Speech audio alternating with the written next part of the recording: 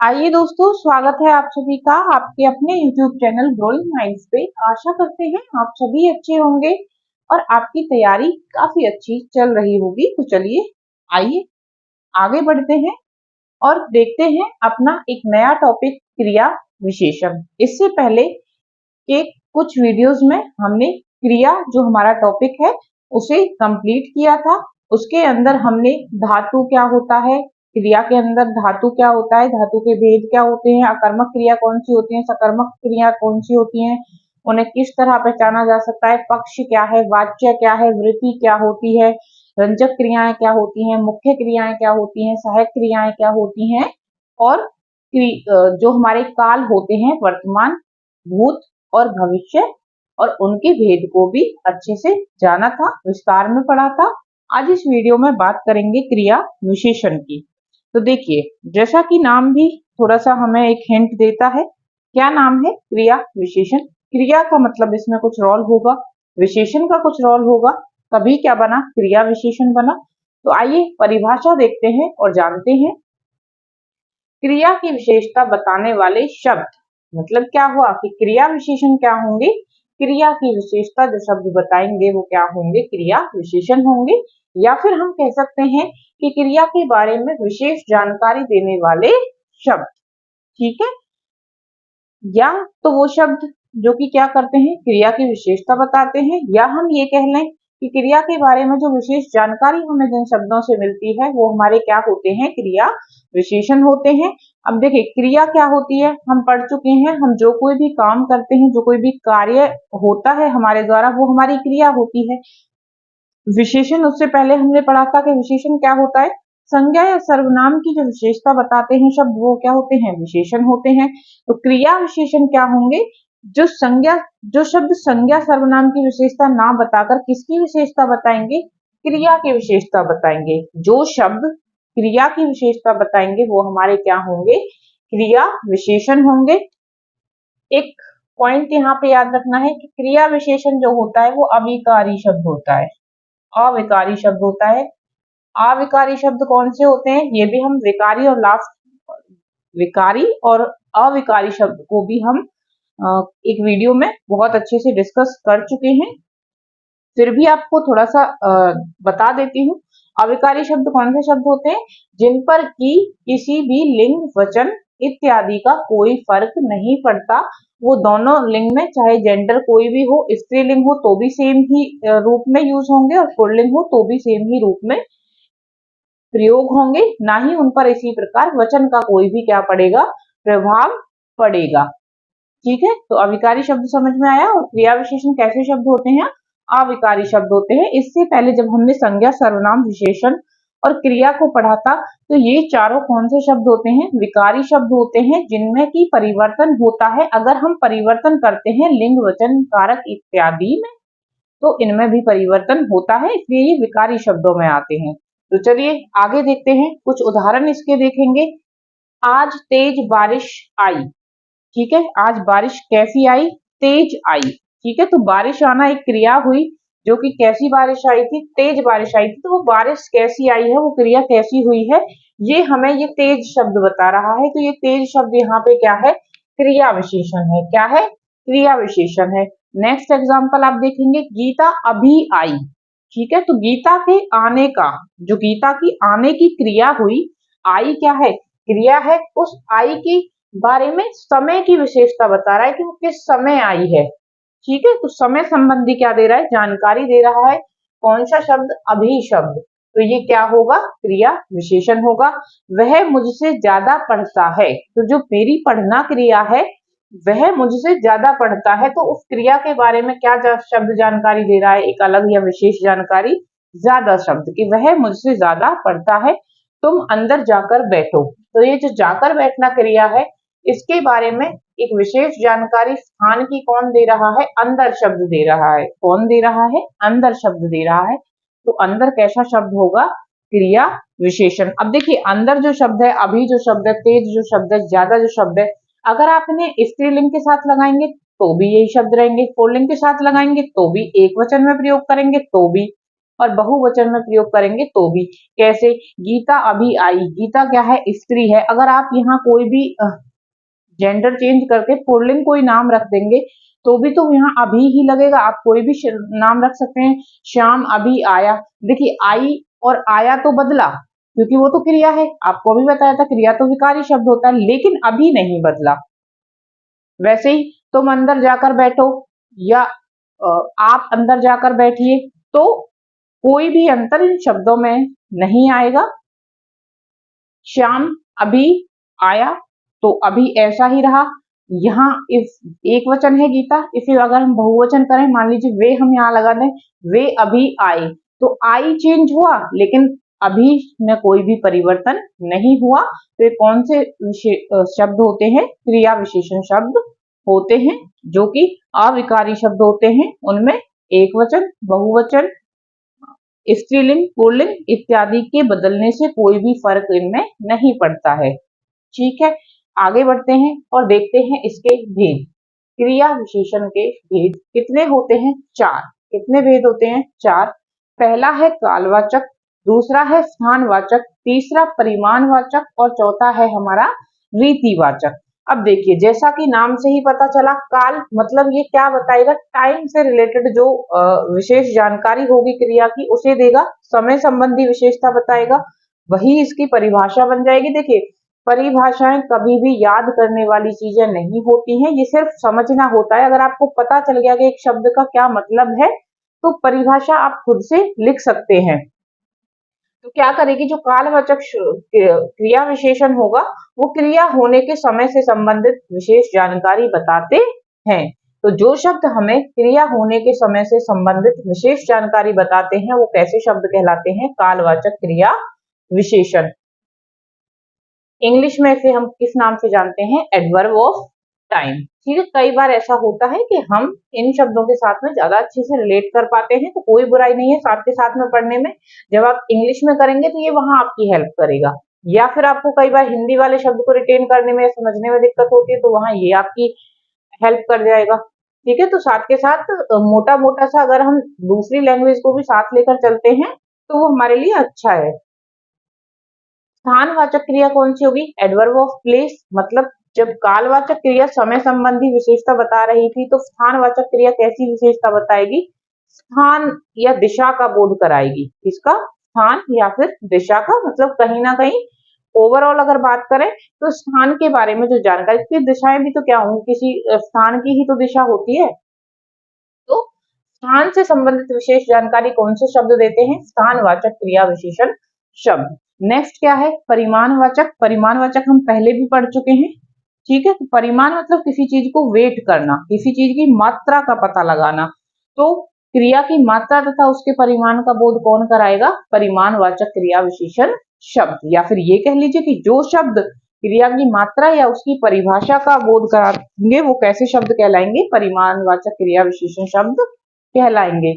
Next देखते हैं, next क्या है हमारा? रीतिवाचक। रीतिवाचक को हम किस नाम से जानते हैं? ये एडवर्ब ऑफ क्वांटिटी था, वो एडवर्ब ऑफ मैनर, कि किस तरह से, किस विधि से, किस रीति से किसी क्रिया को किया जा रहा है, तो वो कौन से होते हैं? रीतिवाचक होते हैं। परिभाषा देखेंगे, क्रिया के होने की रीति या विधि का पता चलता है जिन शब्दों से, वो कैसे कहलाते हैं? रीतिवाचक क्रिया विशेषण शब्द कहलाते हैं। अब देखिए, हो सकता है अभी आपको थोड़ा कम समझ आया हो, जब आप इनके एग्जाम्पल देखेंगे तो और अच्छे से समझ पाएंगे। पहले पहचान पे मत जाइए, पहले एग्जाम्पल देखते हैं। कालवाचक, काल में हमने क्या पढ़ा कि समय का बोध कराएगा। तुम कल मेरे घर आना, कि तुम कब आओगे मेरे घर? किस समय की बात हो रही है? कल की। तो ये कल शब्द हमको समय से संबंधित जानकारी दे रहा है, विशेष किसकी? घर आना जो क्रिया होने वाली है उसकी। ठीक है, क्रिया यहाँ क्या होने वाली है? आना। ठीक है, तो आना के लिए कब आना? कल आना। तो ये कौन सा हो गया? कालवाचक। अब आप पहचान देखिए, कब। कालवाचक की पहचान कैसे होती है? जब आप उसी सेंटेंस में उस क्रिया विशेषण शब्द की जगह कब लगाएंगे, तो जो जवाब आपको मिलेगा वो क्या मिलेगा? कालवाचक क्रिया विशेषण मिलेगा, अगर यहाँ कब शब्द फिट बैठता है तो। ठीक है, नेक्स्ट एग्जांपल देखते हैं स्थानवाचक का, मतलब स्थान से रिलेटेड या दिशा से रिलेटेड। मैं छत पर बैठा हूं, तो जो मेरी बैठा है क्रिया है वो कहाँ, छत पर। स्थान क्या है उसका, छत पर। ठीक है, तो स्थानवाचक के लिए क्या शब्द से आप पहचान करेंगे, कहाँ लगाकर। मैं कहाँ पर बैठा हूं, तो मैं छत पर बैठा हूं, एकदम फिट बैठा है। तो कहाँ लगाकर किसकी पहचान कर सकते हैं आप, स्थानवाचक क्रिया विशेषण की। नेक्स्ट है परिमाणवाचक। परिमाणवाचक क्या होगा, जो मात्रा, कोई चीज कितनी है मात्रा में। तो एग्जाम्पल क्या है, चावल कम खाया करूं, तो कितना या कितनी इसकी पहचान होती है, मतलब हम इन शब्दों को लगाकर ये देख सकते हैं कि कौन सी क्रिया विशेषण शब्द है। क्योंकि अगर वाक्य में कब फिट बैठ रहा है तो कालवाचक हो जाएगा, कहाँ फिट बैठ रहा है तो स्थानवाचक, कितना कितनी बैठेगा तो परिमाणवाचक, और कैसे वो चीज हो रही है, कैसे वो क्रिया हो रही है, अगर कैसे बैठेगा तो फिर रीतिवाचक हो जाएगा। चावल कम खाया करो, अब चावल कहाँ खाया करो तो कोई सेंस नहीं बनता, चावल कब खाया करो भी उतना मीनिंगफुल कुछ है नहीं।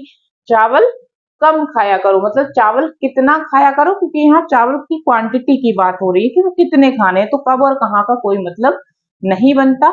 आगे देखते हैं क्रिया के होने की रीति या विधि कौन बताते हैं, रीतिवाचक क्रिया विशेषण शब्द। एग्जाम्पल क्या है, वह ध्यान पूर्वक पढ़ाई करता है। वह कैसे पढ़ाई करता है, वह ध्यान पूर्वक पढ़ाई करता है। ठीक है, तो आई होप यहाँ से आपको ये समझ आया होगा। बाकी अभी हम इनको और थोड़ा डिटेल में, क्योंकि इसके भी कुछ पार्ट हैं, अलग अलग नाम दिए हुए हैं, उनको जानेंगे और इनके कुछ एग्जाम्पल्स पढ़ेंगे। तो आगे हम इस वीडियो में इन्हें थोड़ा सा, इसके जो क्रिया विशेषण के भेद होते हैं, इन्हें थोड़ा सा विस्तार में इनके ऊपर चर्चा करेंगे। तो चलिए आगे बढ़ते हैं और देखते हैं।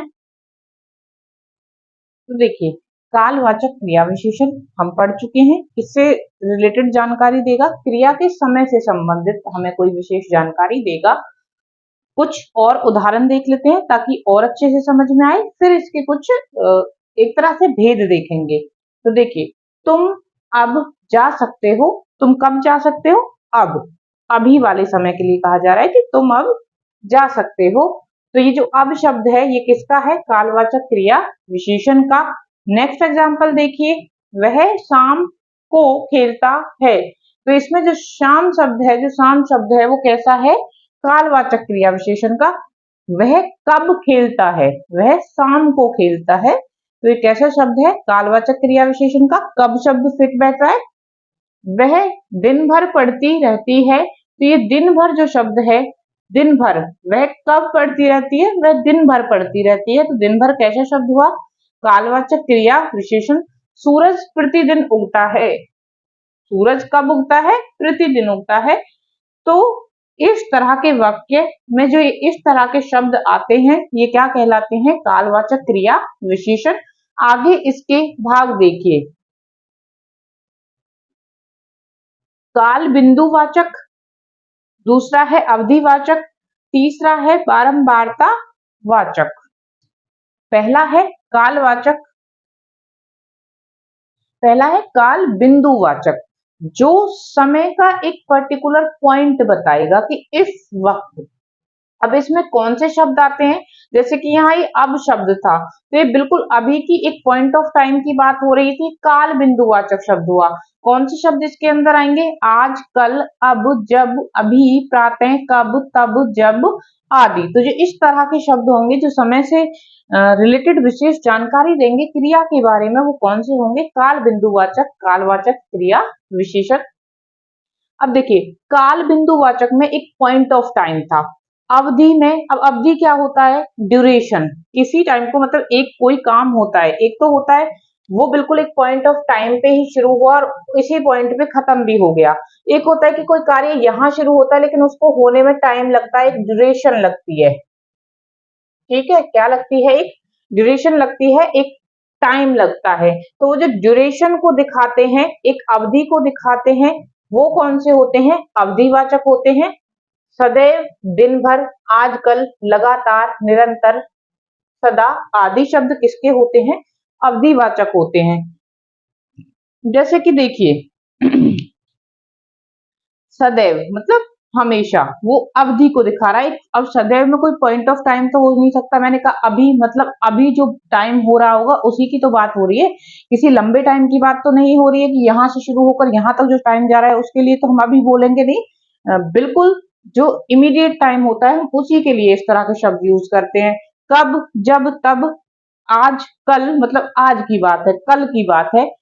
आजकल जब एक साथ आ जाएगा तो फिर आजकल ये होने लग रहा है, तो वहां आजकल का मतलब सिर्फ उस आजकल से नहीं होता है, वो एक ड्यूरेशन को दिखाता है कि आजकल के टाइम में ये होने लग रहा है। वो आजकल का टाइम काफी लंबा टाइम भी हो सकता है। तो जब ये अवधि को दिखाएंगे तो अवधिवाचक होंगे। जब ये पॉइंट ऑफ टाइम को दिखाएंगे, बिल्कुल एक पॉइंट को, तो वो काल बिंदुवाचक होंगे। बिंदु शब्दों से भी आप ये चीज अंदाजा लगा सकते हैं, मतलब एक पॉइंट। अवधि मतलब एक ड्यूरेशन, एक लंबा टाइम। बारंबारता वाचक, अब देखिए बारंबारता की इंग्लिश होती है फ्रीक्वेंसी। बारंबारता की इंग्लिश क्या होती है? फ्रीक्वेंसी। फ्रीक्वेंसी का क्या मतलब होता है? किसी चीज का बार बार होना या लगातार होना। तो जो इस तरह के शब्द होंगे प्रतिदिन, ये हर एक दिन ये होता है, बार बार ये चीज सेम रिपीट होती है। प्रति वर्ष ऐसा होता है, ये इसकी बारंबारता है, ये इसकी फ्रीक्वेंसी है। किसी टाइम के होने की बारंबारता या फ्रीक्वेंसी की, ये हर साल होती है, ये हर दिन होती है, ये हर बार होती है, ये ज्यादातर होती है। तो ये शब्द कैसे होंगे? बारंबारता वाचक या बारंबारता सूचक होंगे, जो फ्रीक्वेंसी को दिखाएंगे, क्रिया की को। वह प्रतिदिन, सूरज क्या करता है? प्रतिदिन उगता है, तो सूरज के निकलने की ये फ्रीक्वेंसी है ना, कि वो हर दिन सुबह क्या करेगा? उगेगा। ठीक है। वह दिन भर पड़ती है, कौन सा था? दिन भर, सुबह से लेकर शाम तक। तो पॉइंट ऑफ टाइम नहीं होगा, क्योंकि सुबह से लेकर शाम तक। अगर मैं कहूं कि वो शाम को पड़ती है, तो वो शाम क्या होगा? बिंदुवाचक होगा, क्योंकि एक पॉइंट की टाइम बात हो रही है, एक पॉइंट ऑफ टाइम की बात हो रही है, जो कि शाम का वक्त है। ठीक है। अब यहाँ दिन भर का मतलब सुबह से लेकर शाम तक, सुबह से शुरू हुआ और रात तक दिन में पूरा होकर क्या करती है? पड़ती रहती है। तो अवधि जब दिखाएगा तो अवधिवाचक। आई होप समझ आया होगा, क्लियर हुआ होगा। आगे देखिए स्थानवाचक। स्थानवाचक में जैसा कि आपको बताया भी था कि या तो स्थान दिखाएगा या फिर दिशा दिखाएगा। एग्जाम्पल देख सकते हैं, वह ऊपर बैठा है। कहाँ बैठा है? ऊपर। मोहन उधर मत जाओ, इधर मत जाओ, उधर। तो कहाँ नहीं जाना? मोहन को कहाँ नहीं जाना? उधर नहीं जाना। तुम मेरे कहाँ बैठो? बाएं बैठो। कहाँ बैठो? बाएं बैठो। तो कहाँ शब्द क्या दिखाते हैं? स्थानवाचक क्रिया को दिखाते हैं, वो भी साथ के साथ यूज करते हुए चल रहे हैं, ताकि आपके माइंड में अच्छे से फिट हो। अब देखिए कौन से शब्द, जैसे कि ऊपर शब्द है, ऊपर शब्द क्या दिखा रहा है? स्थान को दिखा रहा है। लेकिन अगर मैं कहूं बाएं, तो मेरी बाएं तरफ। अब ये स्थान ना होकर ये क्या दिखाएगा? दिशा को। ये कौन सी दिशा में? मेरे बाएं साइड में, मेरे लेफ्ट साइड में। तो ये क्या दिखाएगा? दिशा दिखाएगा। तो उसी तरह स्थितिवाचक भी होते हैं, जो स्थिति दिखाएगा, स्थान दिखाएगा, और एक होंगे दिशावाचक, जो कि एक दिशा को दिखाएगा। स्थितिवाचक में यहाँ, कहाँ, आसपास, नीचे, मध्य, जहां, अंदर। अब अंदर है, बाहर इसी में होगा, पीछे, आमने सामने आदि। और दिशावाचक में दाहिने ओर, बाएं ओर, सामने, उधर, इधर, की ओर। ये एक शब्द है, की ओर, आदि। ठीक है। तो ये किसके होंगे? दिशावाचक सूचक होंगे क्रिया के, कि किस दिशा में वो क्रिया होनी है या किस दिशा में वो क्रिया हो रही है। तो चलिए आगे बढ़ते हैं और देख लेते हैं रीतिवाचक और परिमाणवाचक क्रिया विशेषण को। तो चलिए परिमाणवाचक क्रिया विशेषण को देखते हैं। जैसा कि हम पढ़ चुके हैं कि परिमाणवाचक जो क्रिया विशेषण होता है वो क्या दिखाता है? क्रिया की मात्रा या उसकी क्वांटिटी दिखाता है, कि कितनी मात्रा या क्वांटिटी में कोई क्रिया हुई है या होनी चाहिए। वाक्य इसके जो दिए हुए हैं एग्जाम्पल, उनसे समझने की कोशिश करते हैं। कम बोला करो। तो जो बोलना क्रिया करनी है वो कैसी करनी है? कम। तो कितना बोलना है? कम बोलना है। तो यहाँ पे जो ये कम शब्द है, ये क्या दिखा रहा है? परिमाण दिखा रहा है क्रिया का, कि जो बोलना क्रिया है उसमें कितना बोलना है? कम बोलना है। नेक्स्ट एग्जाम्पल या उदाहरण को जब हम देखेंगे, उतना खाओ जितना पचा सको। तो कितना खाना है? जितना कि पचा सके। तो ये कम और उतना शब्द, जितना शब्द हमको क्या दिखा रहे हैं? क्रिया की मात्रा का बोध करा रहे हैं, क्रिया की मात्रा दिखा रहे हैं। तो ये कौन से शब्द होंगे? परिमाणवाचक क्रिया विशेषण शब्द ये होंगे। तो ये एग्जाम्पल, और जो लास्ट हमने जब परिभाषा इसकी पढ़ी थी, तो जब कुछ एग्जाम्पल देखे थे। इन सबको देखने के बाद अब आपको परिमाणवाचक विशेषण, परिमाणवाचक क्रिया विशेषण समझ आया होगा कि ये क्या होता है। इसके कोई और भेद नहीं होते हैं, बस इसके बारे में इतना ही जानना है। आगे बढ़ते हैं रीतिवाचक पे। देखिए, रीतिवाचक मतलब क्रिया की विधि क्या है। ठीक है, क्रिया की विधि क्या है, तरीका क्या है, किस तरह से कोई क्रिया हो रही है, ये हमें कौन सा दिखाएगा, रीतिवाचक क्रिया विशेषण दिखाएगा। यहाँ पे एक इम्पोर्टेंट चीज है जो कि हमें याद रखनी है और समझनी है। ये नोट आप कर सकते हैं यहाँ से कि जो बाकी की 3 में नहीं आएंगे वो रीतिवाचक क्रिया विशेषण होंगे। बाकी के 3 में नहीं आएंगे का क्या मतलब हुआ कि अगर कोई क्रिया विशेषण कालवाचक क्रिया विशेषण, स्थानवाचक क्रिया विशेषण और परिमाणवाचक क्रिया विशेषण में नहीं आ रहा है तो वो फिर में किसमें आएगा, वो रीतिवाचक क्रिया विशेषण में आएगा। देखिए इसके अंदर देखते हैं, पहले तो इसके उदाहरण देखते हैं। वह फटाफट बोलता है, कैसे बोलता है, फटाफट बोलता है। कार तेज चलती है, कार कैसे चलती है, कार तेज चलती है। तो यहाँ पे जो ये फटाफट शब्द है और तेज शब्द है, ये क्या दिखा रहे हैं कि कोई क्रिया कैसे हो रही है। जो ये कैसे होता है ये भी हम पढ़ चुके हैं कि ये किसमें होता, कैसे जो शब्द होता है उससे हम कौन सी क्रिया विशेषण का पता लगाते हैं, रीतिवाचक क्रिया विशेषण का पता लगाते हैं। तो देखिए इसमें कौन से क्रिया विशेषण और आते हैं। एक तो विधि बोधक होंगे कि किस तरह से कोई काम हो रहा है। विधि बोधक के अंदर कौन से शब्द आएंगे, ध्यान पूर्वक, धीरे धीरे, सुखपूर्वक, शीघ्र, इस तरह से। निषेध मतलब नेगेटिव, ना, नहीं, मत, कभी नहीं। प्रश्नवाचक को भी आसानी से पहचाना जा सकता है। अब देखिए प्रश्नवाचक विशेषण भी होता है और प्रश्नवाचक क्रिया विशेषण भी होता है। तो क्या फर्क होगा, कैसे फर्क करेंगे। एक तो ये है कि हम इसका फर्क इस वीडियो के एंड में भी जानेंगे, लेकिन यहाँ भी बात करते हैं। देखिए जब ये प्रश्नवाचक जो शब्द होंगे ये संज्ञा या सर्वनाम की विशेषता दिखाएंगे तो ये होंगे विशेषण। लेकिन जब यही शब्द क्रिया की विशेषता के लिए प्रयोग किए जाएंगे तो ये क्या होंगे, क्रिया विशेषण। आवर्ती बोधक को देखते हैं। आवर्ती बोधक के अंदर कौन से आएंगे, सरासर, फटाफट, फटाफट, चुपचाप और धड़ाधड़, इस तरह से जो शब्द आएंगे वो आवर्ती बोधक रीतिवाचक क्रिया विशेषण होंगे। स्वीकृति, किसी चीज के लिए अपनी स्वीकृति देना, अपना कंसेंट देना कि हाँ जी ठीक है, बिल्कुल ठीक है, सच है जो जी। तो ये कौन से होंगे, स्वीकृति बोधक होंगे।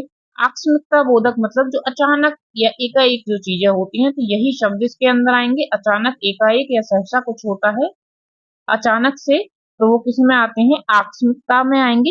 ये सब क्या करेंगे, क्रिया की विशेषता दिखाएंगे। ये चीज ध्यान रखिएगा कि ये शब्द जितने भी हम यहाँ पे डिस्कस कर रहे हैं वो सभी क्या करेंगे, क्रिया के बारे में कोई विशेष जानकारी देंगे, उसकी विशेषता बताएंगे।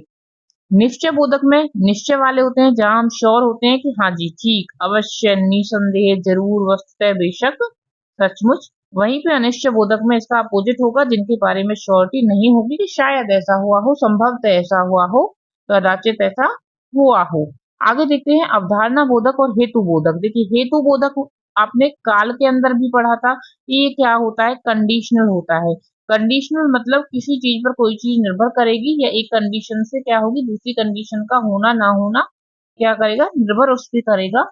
तो ये कुछ दो चीजों को, दो क्रियाओं को कहीं ना कहीं जोड़ेंगे, जैसे कि क्यों, किस लिए, इसलिए, ये काम करना है तो क्यों करना है, ये आपने किया तो किस लिए किया, इस तरह से, अतएव, क्योंकि, ये भी आपको अच्छे से समझ आएगा।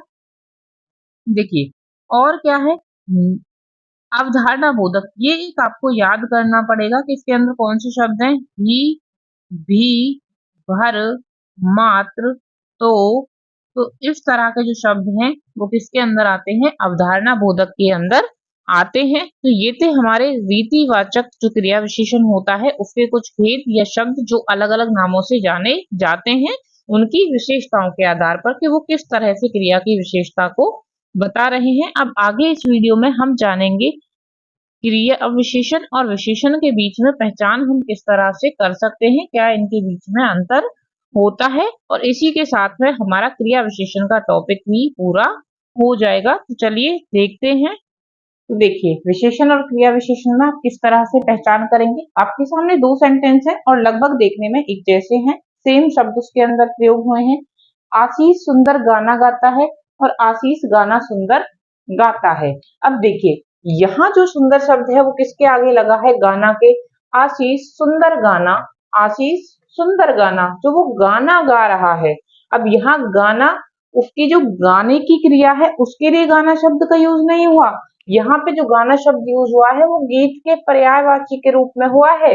ये आशीष सुंदर गीत गाता है, लेकिन अगर मैं यहाँ गीत लिख देती तो आपको मेन जो फर्क होता वो शायद समझ नहीं आता, इसलिए मैंने यहाँ पे गाना ही लिखा है। तो गाना यहाँ किसका पर्यायवाची है, गीत का।